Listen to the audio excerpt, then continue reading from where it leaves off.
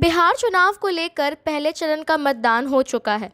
पहले चरण में कोरोना संक्रमण के बाद भी 54.69% मतदान हुए। पहले चरण के मतदान को लेकर सभी राजनीतिक पार्टियों ने अपने पक्ष में ज्यादा मतदान होने का दावा किया है। पहले चरण में कई दिग्गजों का राजनीतिक भविष्य अब ईवीएम में कैद हो चुका है, लेकिन इसी के साथ अब नजरें दूसरे चरण के मतदान पर जा टिकी है। दूसरे चरण में कई और बड़े दिग्गजों के लिए परीक्षा की घड़ी है। इस चरण के चुनाव में सीएम के चेहरे तेजस्वी समेत राजद के कई दिग्गजों बाहुबलियों का भाग्य तय होना है। राजद के लिए बिहार विधानसभा चुनाव का दूसरा चरण बेहद महत्वपूर्ण है। इस चरण के 94 सीटों में से पिछले चुनाव में करीब 1/3 पर राजद ने जीत दर्ज की थी।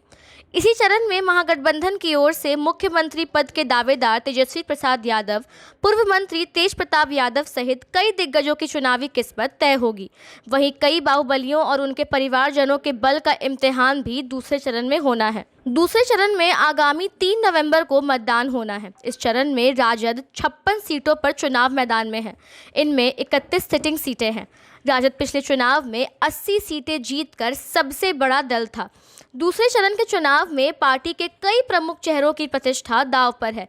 इनमें पहला नेता प्रतिपक्ष तेजस्वी यादव का है। वो राघोपुर विधानसभा क्षेत्र से चुनाव मैदान में है। उनके बड़े भाई और पूर्व मंत्री तेज प्रताप यादव हसनपुर से लड़ रहे हैं। पार्टी के प्रधान महासचिव आलोक कुमार मेहता उजियारपुर से राजद प्रत्याशी हैं, जबकि पूर्व सांसद सह युवा राजद के अध्यक्ष शैलेश कुमार उर्फ बुलो मंडल बिहपुर सीट से मैदान में हैं। राजद ने जिन बाहुबलियों या उनके परिवारजनों को चुनावी मैदान में उतारा है, उनमें से अधिकांश के भाग्य का फैसला भी इसी चरण में होना है। इनमें पहला नाम रीतलाल यादव का है, जो पटना की दानापुर सीट से राजद प्रत्याशी हैं। पूर्व सांसद आनंद मोहन के बेटे चेतन आनंद शिवहर सीट से चुनाव मैदान में हैं। पूर्व सांसद प्रभुनाथ सिंह के बेटे और भाई की सीटें भी दूसरे चरण में शामिल हैं।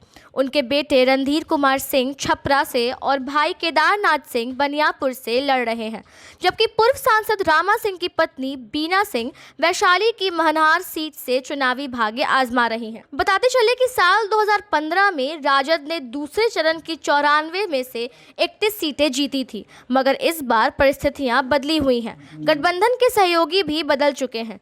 ऐसे में जनता का रुख राजद और महागठबंधन को लेकर कैसा होगा, इसका अनुमान लगाना कठिन है।